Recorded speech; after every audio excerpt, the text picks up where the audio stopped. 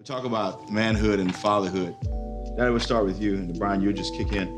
What did you learn from your father or father figures that shaped you as a man and a father? Well, I'd say from my father, I learned, the things I learned, it wasn't necessarily told verbally, but I observed him, and that's, number one was his integrity. I could tell he was an honest man, and I later heard it from different ones, but he was a man of integrity. He stood by his word, and then his work ethic. Yeah. I just saw him do it because it needed to be done, and at that point I thought maybe he enjoyed doing it, but as I got older, I realized he did it because it needed to be done. Yeah. That's a couple of things, but I learned a lot, but those were two things that stand out. Your father was obviously my grandfather. I used to think he loved to work, because even when he retired, he still put his work uniform on and just pick us up, take everywhere. He didn't even work. He continued to wear that work uniform every day. Brian, what about you? What did you learn from your father or father figures that really shaped who you are as a man? I think the first thing I learned from my father was that he loved my mom. And I just watched him love her, and that provided so much to me, you know, and I think that's been encouraging in my journey. I feel like I miss it most days as a dad, but I try to love their mom well, you know, as much as I can. Yeah. And then I think also the work ethic. I saw my dad go to work every day. Never, you know, even when he was sick, he was in uniform and ready to roll. No days off, huh? No days. Man. Here's the next question. I read that a man should be a priest, protector, and a provider. What does that look like in 2023? You guys are still young men, but you've seen a lot of life. Culture now in 2023 is completely different than when you first got married and when you were raising kids. Many households, you have a wife that works longer hours and makes more money than her husband. Bible doesn't change, but what does it look like culturally for a man now to be a priest, protector, and provider in his home? Either one of y'all can jump in. Well, I believe number one, you've got to own all three of those, because you've got so many different definitions of what that is, and it might look different for different people, but you've got to be the priest of your home, you know, make sure that your home, they're seeing it, number one, the way you live, that you love the Lord, and you're teaching them through your example, you know, to love the Lord and depend on Him. And then provider, as you said, you may have you see more of maybe a two family, maybe income, but still the man, and I always took this, that come what may, if she has to stop working, you know, we're gonna be okay. Yeah. So you own that, the provider part, and then protector, you know, that's just a given.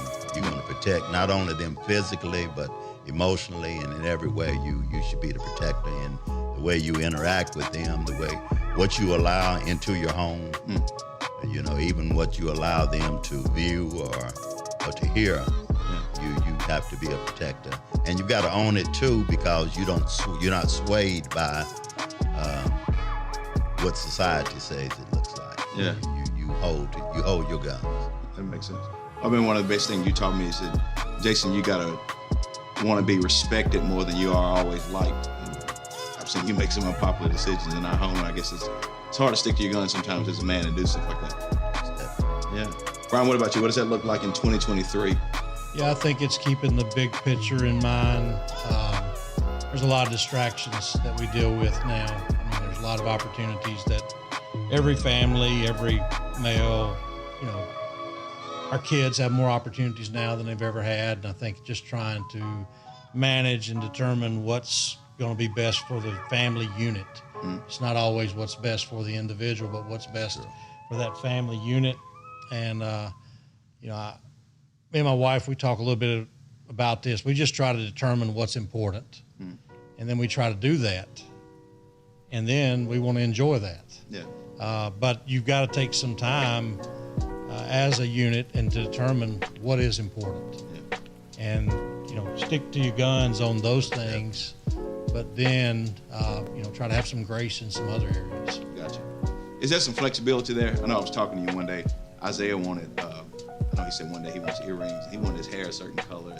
Like, I'm a pretty straight guy. I don't do tattoos, earrings, stuff like that. And you said that's the worst thing you got to deal with. Where's the flexibility? And do you have to give in sometimes? I would say you've got to know the person that you're dealing with, and you've got to take the times in consideration as well, you know, and you got to and try to get to the bottom of it. Why do you want this? Yeah. You know, and they might not know at this time, and then weigh out the effects of it. You know, is it something? Is it a fad he's going to go through?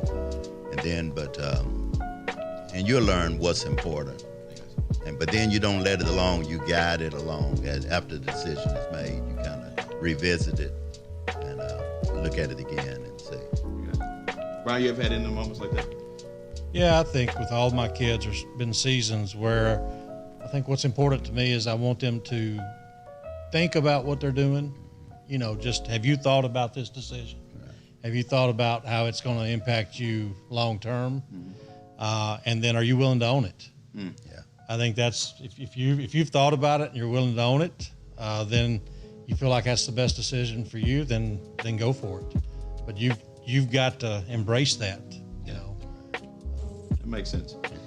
Think about this. You have something else you want to say? I would say also, I have to revisit to say, is this just my preference, or is this the way I came up? Because they are a different individual, but I go back to what you said as far as owning it. I knew some of the decisions I made, I wish I hadn't known. Mm-hmm. So, you know, I'm trying to impart that to your child that, you know, you might regret this, but hey, if you're willing to give it a try and own it, like you said, then hey, maybe let's go for it. Yeah. Has that changed any since you were raising us? Because I've seen a little difference in you now with grandkids. I had a magnet earring once in the 7th grade, and I'm glad it wasn't in my ear because you took it off. What's changed over time? You know, I guess I don't know if I admitted it to you all, I was learning too. I had never been a parent. Yeah. So, you know, what you all were bringing was new to me as well. Yeah. So I was shooting from the hip on a lot of it. Now I've gone through some of the things, made some decisions, and realized, well, you know, that was okay. Or they went through that. So that's why it seems like grandparents ease up some because they've experienced something. They've got some experience. I got you. Yeah. Brian, if you had a group of young men and you had their undivided attention, what's a lesson that you would teach them about fatherhood and manhood? What's something that's near and dear to your heart? So a value you don't want to see lost in this world? I think there's two things, Jason, that comes to my mind. I think, first of all, just what we're experiencing here today with your father. You know, just being always willing to learn from the generation that's gone before us. Yeah. Taking time to listen to their counsel. I think, you know, I hear a lot of young people now say, well, times have changed. Yeah. You know, things have changed. And yeah, they have. I mean, the culture is different, but there's still values that need to be taught, you know, integrity and, you know, just taking care of your family and things that just should be still in the environment of the home life. And, but I think there's been so much of my life. I was telling your father for the podcast that I was around my grandfathers as much as I was my father. Because my dad worked 60 hours a week, but I was with one of them a lot when I wasn't at practice or playing games with my teams. I was with my grandfathers, and I learned so many valuable lessons from them. I got you. And I think that we've kind of lost a little bit of that today. We don't appreciate multi-generational units. You know, the young people kind of do their own thing. The older people kind of do their own thing. Yeah. We need to value coming together more often. And then I think the second thing, my kids get tired of me saying this, but I'll always say, have you thought about it? Yeah. You know, and what I mean by that is, can you think apart from somebody else impressing upon you, this is what you should do? Yeah. Are you willing to think about this choice, this decision? I say this to my 4 kids. I say, can you connect today with tomorrow? That's good. You know, are you willing to think about what you're about ready to do today and what's the impact it's going to have tomorrow? And if you haven't done that, then you're probably not ready to make that decision. That's good. And that's something that I just really feel like if I could teach, you know, men just to think about it. Don't just rush into something because everybody else is doing it. Yeah. You know, I see boats every weekend going to the lake, but I probably would enjoy it maybe a couple of weekends, but I don't need the expense of a boat you know, every time I look out thinking, man, I need to go use that thing. Yeah. I think you got to make decisions as what's best for your family unit. That makes sense. And you got to think about it. Yeah. What would you? You know, That's good. and Brian said a lot of things that I would say as well. You know, I would impress upon a young man to make full use of the time he's in, because each age is going to bring something else. You know, you don't want to look back with regrets. You know, each age that you're in is actually building a platform for the next one, making it a little easier, or it'll be a teaching lesson for you. So make full use, don't waste any time. But then again, as Brian said, pull on those that's taking the time to talk to you. Yeah.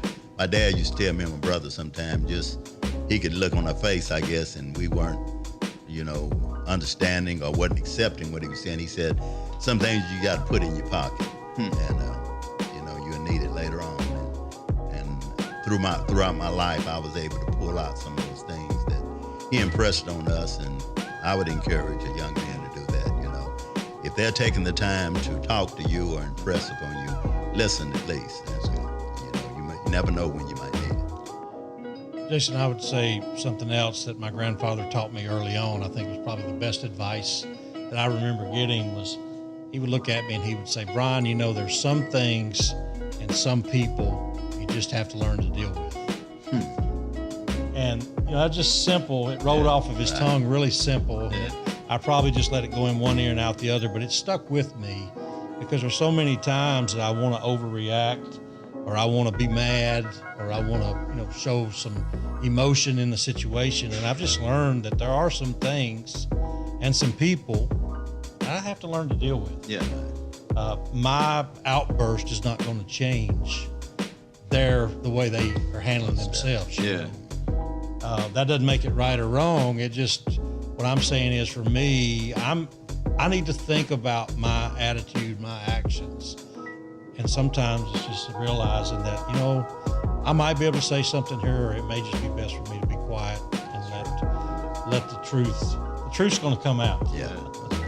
I love moments like this, and I don't want to take for granted. There's a lot of, particularly young men and out there who've never experienced, don't have a father or someone to sit down and talk to. Perhaps your father's gone.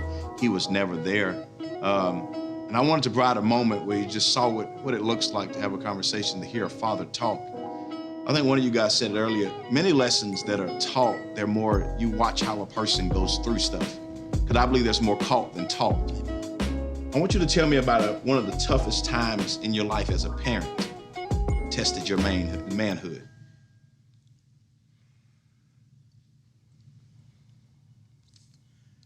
As a parent, this might seem odd, but I was probably 50 years old. I know I was 50 years old when I lost my dad, and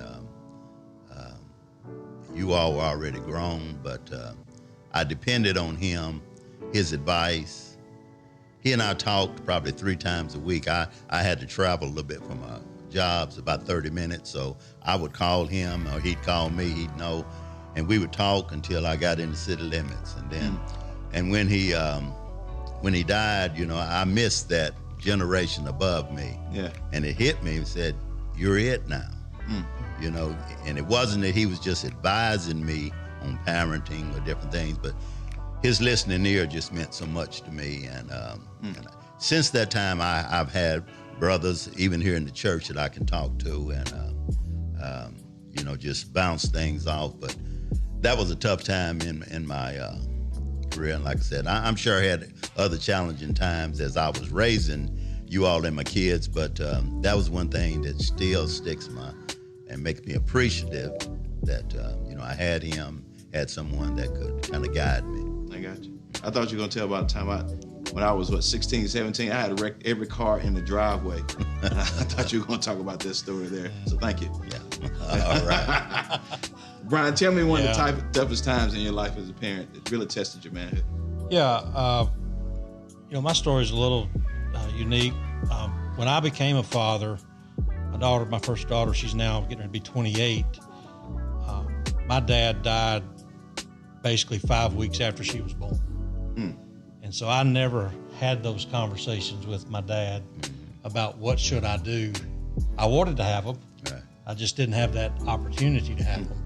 And so I had to lean on some other men at the church and other men that my father had put me around. But I think the toughest time, Jason, as I thought about this question today, was when I was a young boy. I was at some friend's house. There was 3 brothers, and their parents had just celebrated their 25th wedding anniversary. And after they had celebrated, about 2 months later, the father walks in, pulls the family together, including me, looks at his wife and says, "We're done." Said, "I'm leaving you, we're getting a divorce."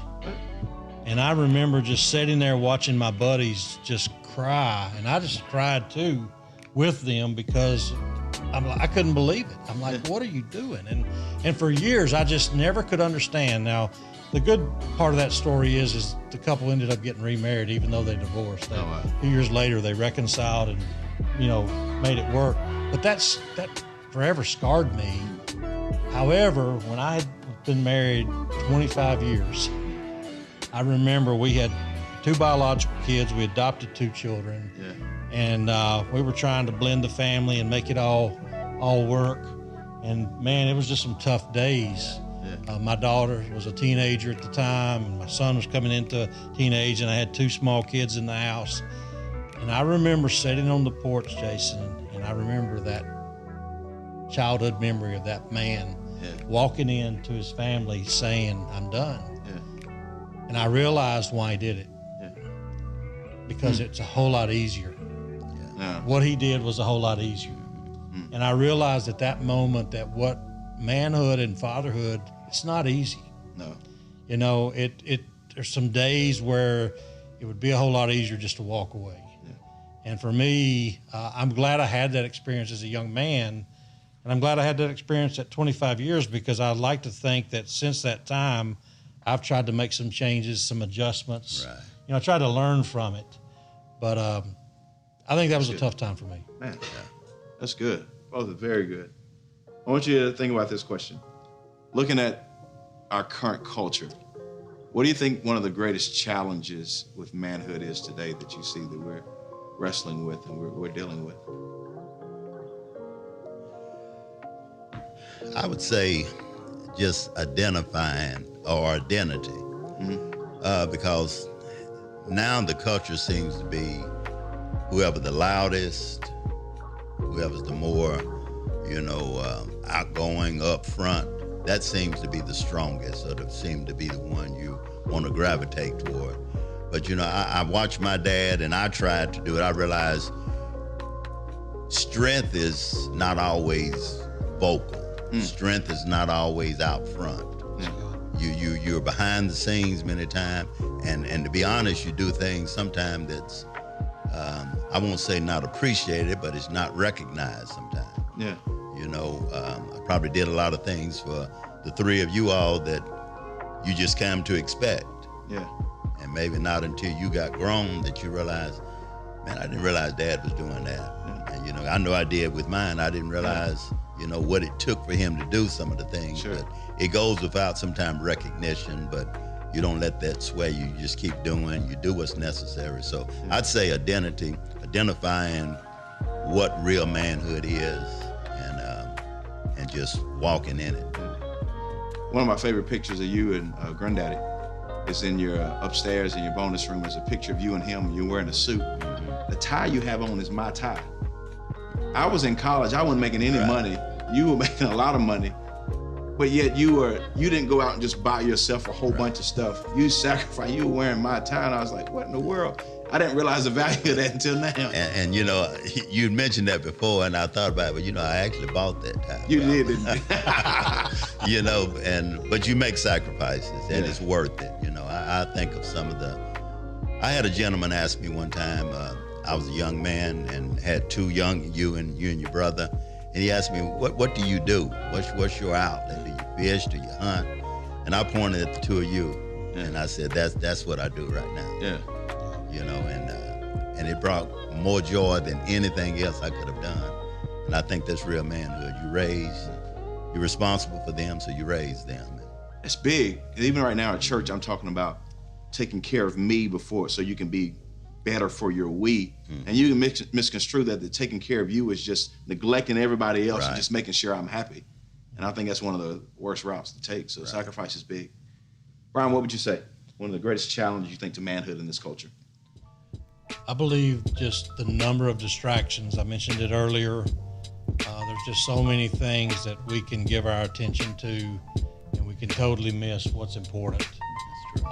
I just feel like, whether it's the phones that we're holding in our hands or the screens that we're flipping through at night, watching, so many games. I mean, I remember growing up in the 70s that the ABC Wide World of Sports would come on Saturday. And, there wouldn't be but maybe one or two other ball games that you could catch. Yeah. And you didn't have all these multiple screens and all the things that you can be so preoccupied with. And I mean, it bothers me. Like, I've tried to make a practice when I go out to eat with my family, I leave my cell phone either in the pocket or in the truck. Yeah. Because I don't like to see families sitting over there out to eat and they're all, screen time. And then I just think that you got to model, around for these kids today. I mean, I spend too much time. I mean, I'll just be honest. I mean, obviously my job requires me to be on it some, but at the same time, I'm ashamed to look at my screen time and realize, man, I could have spent more time in the Word, less time, That's true. in some other way. And I just really feel like we're distracted. And if we're going to make some changes, we've got to put that down, and we got to look at those we love and say, how can I take better care of them? I got you. I like it. Let's talk about this now. 3 topics: power, money, and sex. And so let's start out with sex. And I was talking to you earlier about, did you have like a talk with your kids about sex? I remember I was probably I was elementary school when you had a talk with me about sex. We were in church. I decided to sing in the choir for some reason the Sunday night. We had a gentleman, I mean, I think obviously he was probably homosexual. And he touched me on my shoulder or something, and I just kind of jerked back. I don't know what I did. And you took me in the back and talked to me about sex. We got to miss church that night. And that was when we had our first talk about it. Do you think those conversations are intentional? How do you have those conversations about sex? What does it look like now in 2023? Either one of y'all can jump in. Well, I think they're tough conversations, but they're necessary, and the sooner the better. And I can remember that conversation. I think I ended up bringing several of the boys in and talking, probably talked to that gentleman too, but I did in time. I talked to several of you all that maybe some didn't have a dad, but I believe as a parent, you have to have that, make it relevant, not make it that you're accusing, because I never had it.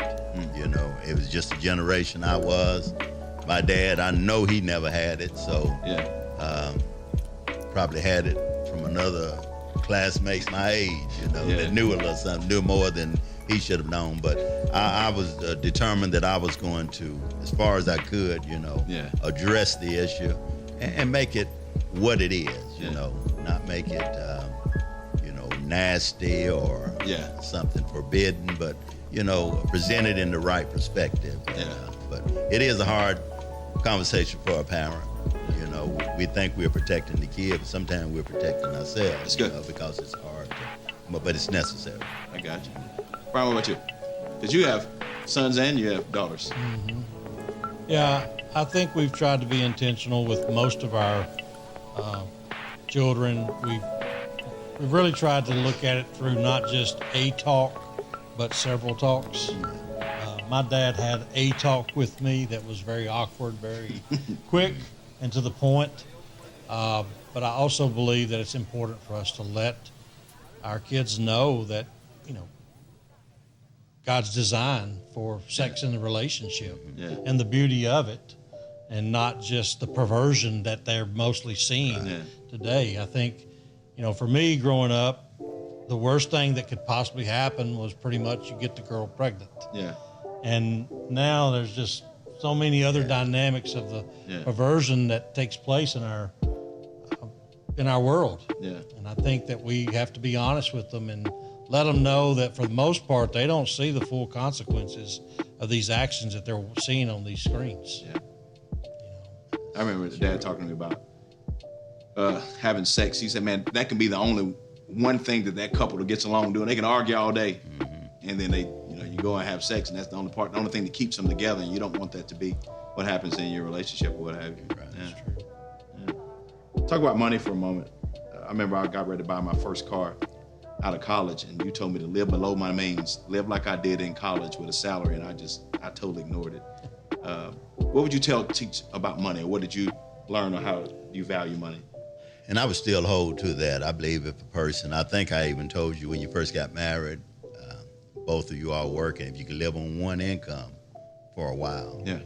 how much ahead you could be, Yeah. if y'all could live, if yours could support it, bankers or investors but there's so many distractions that's hard to do. Absolutely. That's hard to do. But I would still maintain that, use money for what it's intended. You're going to spend, but save, invest, definitely give. Yeah. But, keep it in the right perspective. That's good. Yeah. Yeah, I think, my kids have learned how to make money. Now their challenge is learn how to manage it. Yeah. Yeah. And we talk about it all the time that it's easy to make money now. I mean, it's amazing what starting out people are getting paid That's true. Yeah. in these jobs today. And I think they have so much money. Like, what am I doing with it? And then they've got all these options. We kind of center around at our house, the world's view of money and God's view.